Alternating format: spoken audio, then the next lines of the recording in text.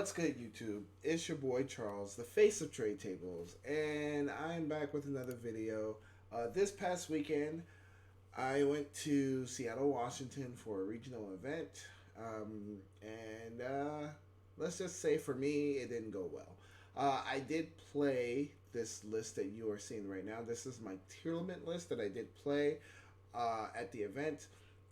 I started off pretty strong. The deck was playing very well. There might be a few choice cards that I would probably change, but the deck ultimately played well. I made a few play errors on my end, and I ended up finishing X4, I think.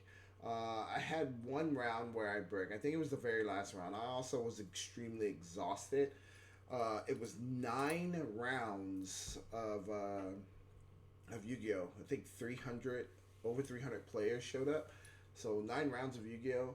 And by the end of that night, I have to admit my mental fatigue had gone down quite a bit. We had no lunch break, so the little bit of food that I got to eat, I had to rush eat in between rounds after a match. But I did enjoy myself for the most part. The day was really, really good. So starting off, just to talk about the list a little bit, I did, of course, we played one of each of the tier names that is mandatory for the deck. We played three Rain on Heart. A lot of reasons why I play three Rain on Heart is because this is a card that I want to see milled. Because I am playing a big rank 4 package. So this was a card that I wanted to be able to make sure that I saw on a consistent basis, whether it be normal summon or mill to trigger the effect. Of course, we played three Tearlament Cashier. This is probably one of the best starter millers that you have in the deck. And the most consistent miller. It basically replaces the fact that you no longer have three halfness. So playing three Cashier, Tearlament Cashier is actually needed. I played one Cashier Fenrir.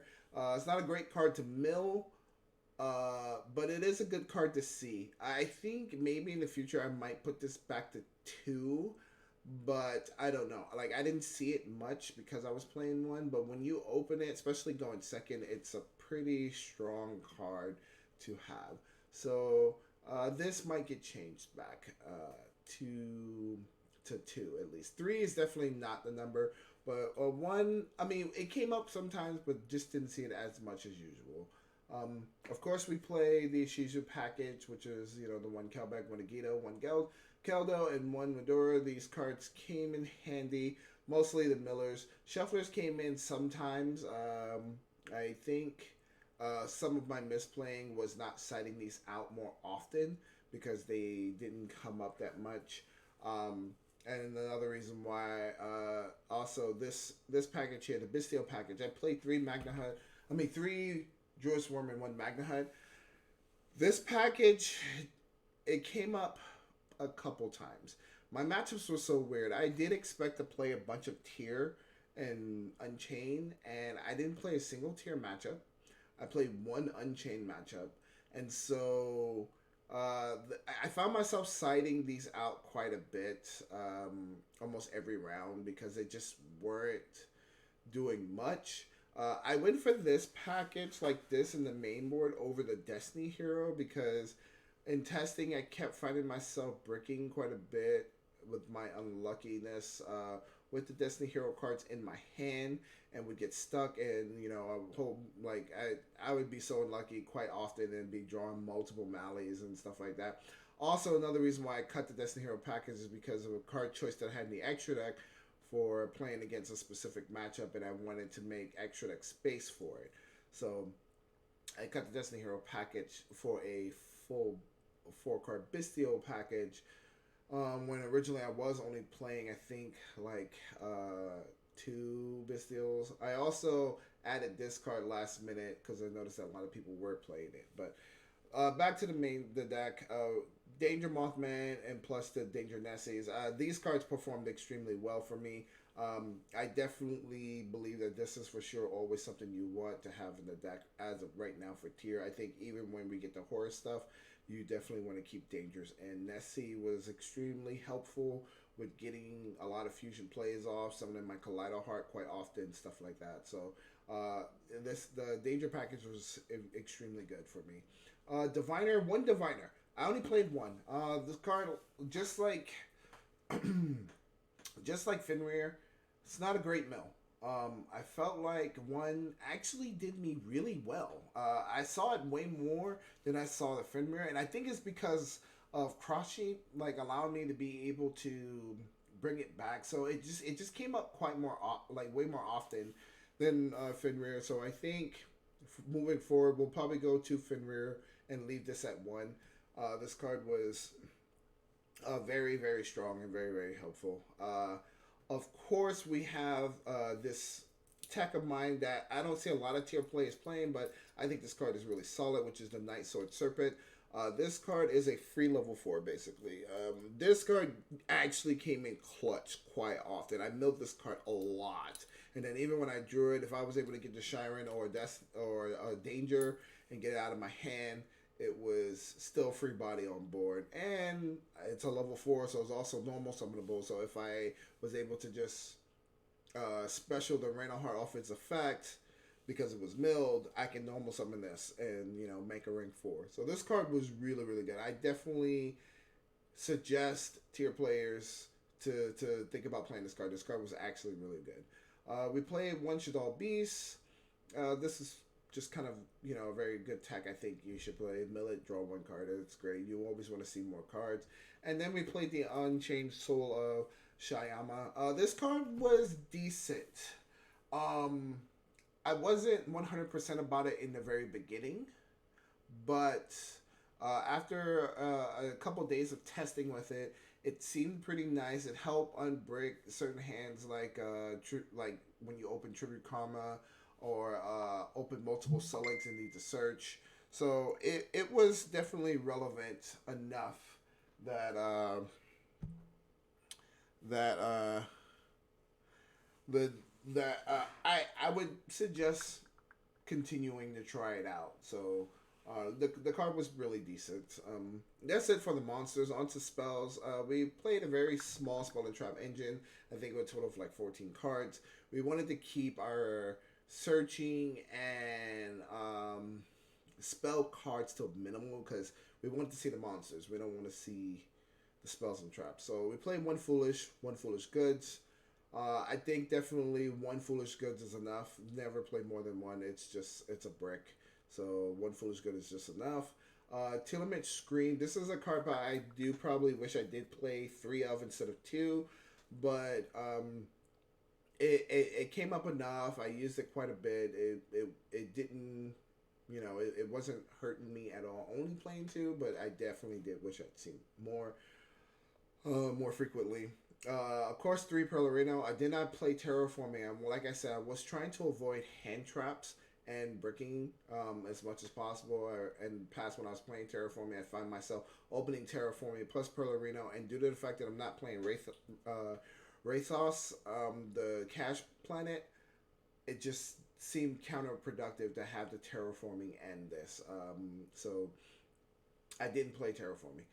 The Heartbeat, this card was super clutch. Actually got me out of a lot of sticky situations, dealing with floodgates. Also getting me cards that I needed from my graveyard because it's graveyard effect. So this card was really good.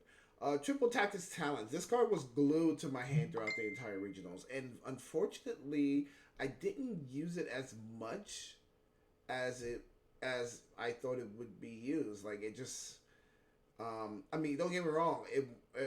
Quite a few times I used it, and it definitely came in clutch. It was in my hand a lot, but there was a lot of times where I was going first, and this card was in my hand, and my opponent did nothing on my turn, and so it was just a dead card in hand. And so I'm really unsure about this playing forward. I'm really going to think more about it. I was actually looking at the Age of Overlord, so this card may still stay in the deck due to some of the tech cards that I'm thinking about testing for Age of Overlord. We will see, but I definitely do plan on trying to test here more in the future. We did play Meta Noise. I think the only thing I ever did with this card was use the Graveyard effect. This card most likely might get cut. I never used it I never got an opportunity to set it. I never prioritized setting it. If I sent Heartbeat, most of the time it was to grab Sulik. If I sent Scream, most of the time it was to grab Sulik. Very rarely was it to get this card. I think I might have did it once, and in the turn that I did it, I like the game that I did it. My opponent pretty much scooped because they couldn't break the board, so it never came up. Never used. Tribute Karma, it's a love-hate relationship with this card. I draw it all the time. Another card that was always glued to my hand. But it's really good. It's a free searcher. If you can get it discarded, quick effect search. Sometimes you can even use it to play around the draw. After a search, your opponent drops a draw. You chain this to the draw, get a search, and then you can search like your Scream or your Solik, so that you don't have to worry about searching this for a second search and just continue milling and playing the game. All right. That's it for the main deck. Onto the extra deck. The extra deck, of course, we played one Kaleido Heart. This is the only tier fusion name that we played. We did not play Rukalos. We did not play Grapha. This was basically the boss card of the deck, and essentially, I didn't miss Rukalos or Grapha at all. Surprisingly, this card did so much by itself. Honestly, if there was anything I would change, I would probably play two Kaleido Hearts instead of just one, because this card did so much for me the entire day. Every time I was in a willing situation, it was because of Kaleido Heart, not much of anything else. We played one Draco Stapelia, one Garua, and one Mud Dragon of the Swamp. These two are probably, outside of Kaleido Heart, were the cards that I summoned the most as far as fusion is concerned. Draco Stapelia came up every once in a while, but this is what I summoned the most. I played a lot of Rake 4, so this card right here was like probably the MVP starter for combo plays and setups the entire game. And then ending the board with the Kaleido Heart for interruption of my opponent's turn. We did play one Baron de Fleur. I think I summoned it once. I wouldn't suggest not playing the card because it is so strong. But, yeah, no, I think I only summoned it once the entire tournament. Redoer, I summoned this card quite often. Really, really good. Super good card to play. To set up for a lot of boards on your opponent's turn. I had a couple times where I was basically able to set up Redoer, Bahamut Shark, plus Toad on board, and then literally set up so that I can cycle the Toad back on my opponent's turn after I used the negate, then by basically using Redoer's effect to banish it, and detach whatever the Shiren under it, and summon a Kaleido Heart on my opponent's turn, and then be able to re-summon Toad again on my turn at the next turn. So like the Redoer was super solid. This was my tech choice card.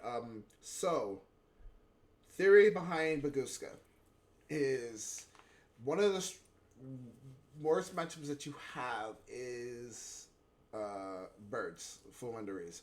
If you get shifted, right, and I shouldn't even say full unders. One of the worst matchups you have, period, is just shifter. If you get shifter, if you can get 2 level 4s on the board in any way at all, so it would be a Shiren plus, Rain of Heart, Shiren plus Serpent Knight, whatever the situation is, you make Baguska against the birds, and it makes it difficult for them. They need to actually have the out, or they cannot play. So if they put you on, they cannot play, you got to try and put them on, they cannot play.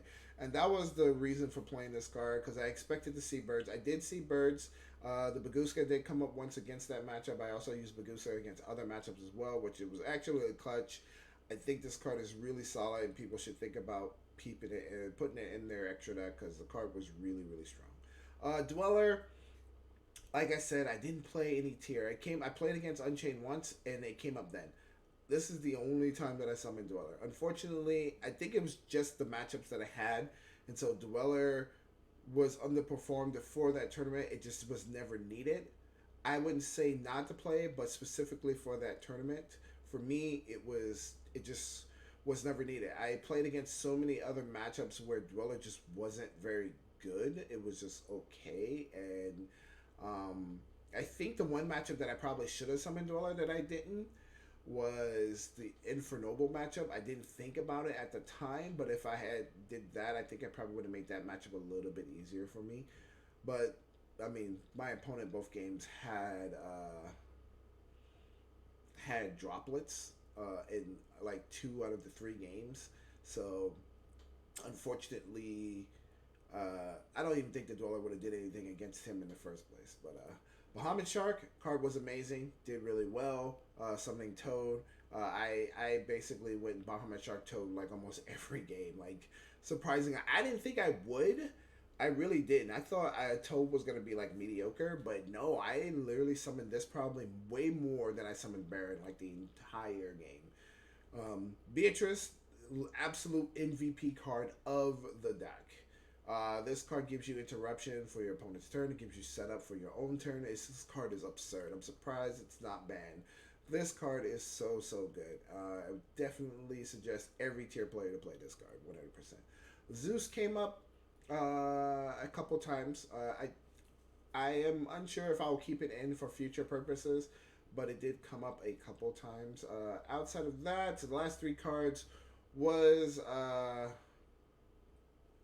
we had Cross Sheep, Sprin, which I actually forgot. I only played 2 Ash in my side deck. I was actually playing a last minute. I made the choice to throw in a Scatter Shot when I made the deck, but this was the list prior to the last minute choice. But Cross Sheep, Sprin, and Underworld Goddess. Underworld Goddess, I think, only came up once. I never really had to out any big bodies at all, so it just didn't come up as much. Sprin was used quite often, and then so was Sheep. These 2 cards were very well used and performed extremely well. So this was the list. I didn't even check what place I was because I went X4, which means it was just not not good as far as there are some changes I would make.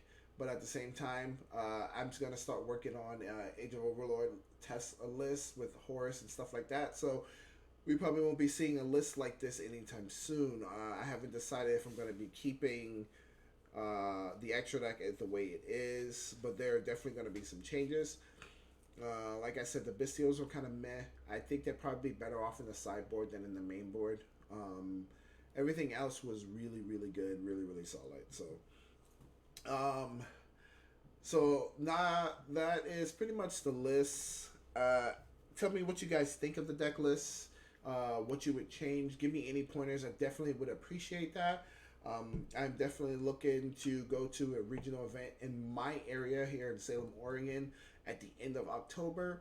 And then there is another regional in Seattle the beginning of December. So I'm preparing myself for both of these events. Looking to top. I haven't topped a regional since May. So I'm looking to try and top a regional again. And hopefully, let's get this tested and make something happen.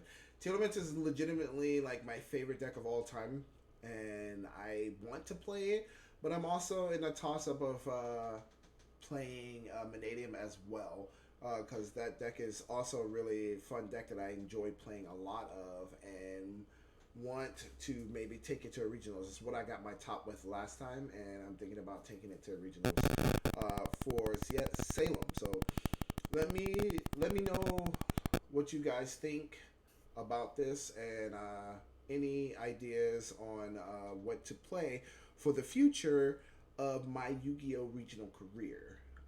This is your boy Charles, the face of Trade Tables, signing out. Peace.